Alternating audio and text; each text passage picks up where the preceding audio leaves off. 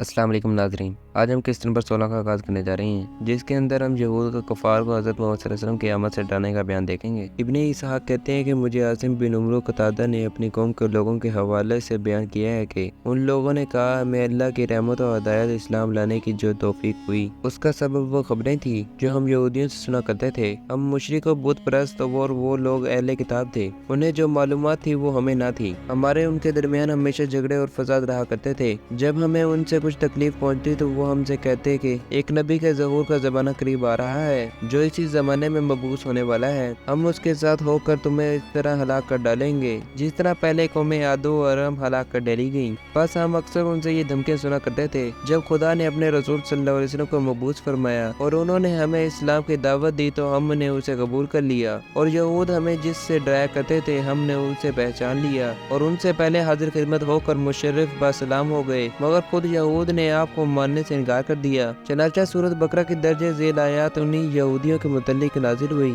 جن کا ترجمہ یہ ہے، جب ان کے پاس خدا کی طرف سے وہ کتاب آ پہنچی جو ان کی سابقہ کتب کی تصدیق کرنے والی تھی، اور وہ اس سے پہلے کفار کے مقابلے میں اس کے ذریعے فتح و نصرت کے دعوے بھی کیا کرتے تھے، لیکن جو ہی ان کے پاس وہ چیز آ گئی جسے انہوں نے اچھی طرح پہچان بھی لیا تو انہوں نے محض انا کی بنا پر اس سے انکار کر دیا۔ پس ایسے کافروں پر اللہ کی پھٹکار و لعنت ہو۔ ابن ہشام کہتے ہیں کہ یستفتحون جو اس آیت میں مذکور ہے اس سے مراد ہے کہ وہ نئے نبی سے کفار پر غلبے کے لیے مدد کے طالب ہوں گے، اور اس کے معنی یہ بھی ہے کہ اس نبی کو اپنے جھگڑوں میں حکم بنائیں گے، جیسا کہ قرآن کریم میں آتا ہے جس کا ترجمہ یہ ہے، اے میرے پروردگار تو ہمارے اور ہماری قوم کے درمیان فیصلہ فرما دے کہ تو اس سب سے بہتر فیصلہ کرنے والا ہے۔ ابن اسحاق کہتے ہیں کہ مجھ سے حضرت صالح بن ابراہیم بن عبد الرحمن بن عوف بن محمود بن لبید بن عبداللہ نے انہوں نے حضرت سلامہ بن وقش رضی اللہ عنہ سے جو صحابہ بدر سے تھے حدیث نقل کی ہے کہ محلہ بنو عبداللہ میں ایک یہودی ہمارا پڑوسی تھا، وہ ایک دن اپنے گھر سے نکل کر آیا اور بنو عبداللہ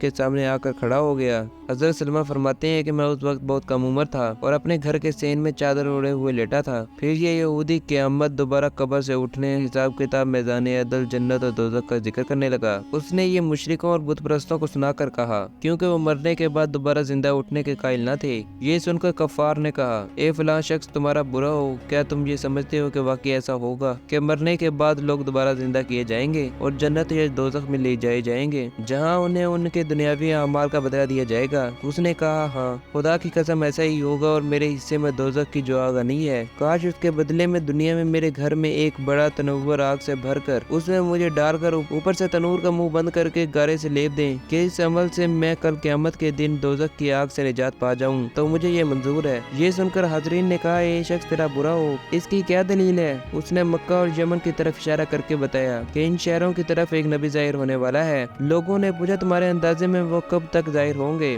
سلمہ کہتے ہیں کہ میں ان سب سے چھوٹا تھا، پس اس نے میری طرف دیکھا اور کہا کہ اس لڑکے کی عمر نے اس سے وفا کی تو یہ نبی کا زمانہ ضرور دیکھے گا۔ سلمہ کہتے ہیں کہ خدا کی قسم چند رات دن ہی گزرے تھے کہ حق تعالیٰ نے اپنے رسول حضرت محمد صلی اللہ علیہ وسلم کو مبعوث فرما دیا اور آپ آج ہمارے سامنے زندہ موجود ہیں، پس ہم تو آپ پر ایمان لے آئے، مگر وہ یہودی سرکشی و حسد کے جذبے سے قبول اسلام سے منکر ہو گئے۔ سلمہ کہتے ہیں کہ ہم نے اس یہودی سے کہا، تیرا برا ہو، کیا یہ وہی پیغمبر نہیں جن کے متعلق تو ہمیں خبر دیا کرتا تھا؟ کہا، ہاں وہ خبر صحیح تھی، لیکن یہ وہ پیغمبر نہیں ہے۔ ابن اسحاق کہتے ہیں کہ مجھ سے عاصم بن عمرو بن قتادہ نے بنو قرنیطہ کے شیخ سے نقل کیا ہے کہ انہوں نے مجھ سے فرمایا کہ تمہیں معلوم ہے کہ سلبہ بن سیاح اور اسد بن عبید قبیلہ عدل اور بنو قرنیطہ کی برادری والوں کے اسلام لانے کا کیا سبب ہوا؟ یہ لوگ جاہلیت میں اپنی برادری کے ساتھی تھے، پھر اسلام کے دور میں وہ اپنی برادری کے سردار بن گئے۔ میں نے کہا، نہیں مجھے کچھ معلوم نہیں۔ کہا، ابن حبان نامی شام کا ایک یہودی باشندہ ظہور اسلام سے چند سال قبل ہمارے شہر آیا اور وہیں آباد ہو گیا۔ باخدا میں نے کسی شخص کو نہیں دیکھا جو اس سے بہتر 5 وقت نماز ادا کرتا ہو۔ وہ ہمارے یہاں مقیم رہا۔ جب ہمارے یہاں قحط سالی ہوتی تو ہم ان سے کہا کرتے، اے ابن حبان، آبادی سے باہر نکل کر ہمارے لیے بارش کی دعا کیجیے۔ وہ جواب دیتے کہ باخدا میں ایسا نہ کروں گا جب تک تم باہر نکلنے سے پہلے صدقہ ادا نہ کرو گے۔ ہم ان سے دریافت کرتے کہ کتنا ادا کریں؟ وہ کہتے، 1 سا کھجور یا 2 مد جو صدقہ کر دو۔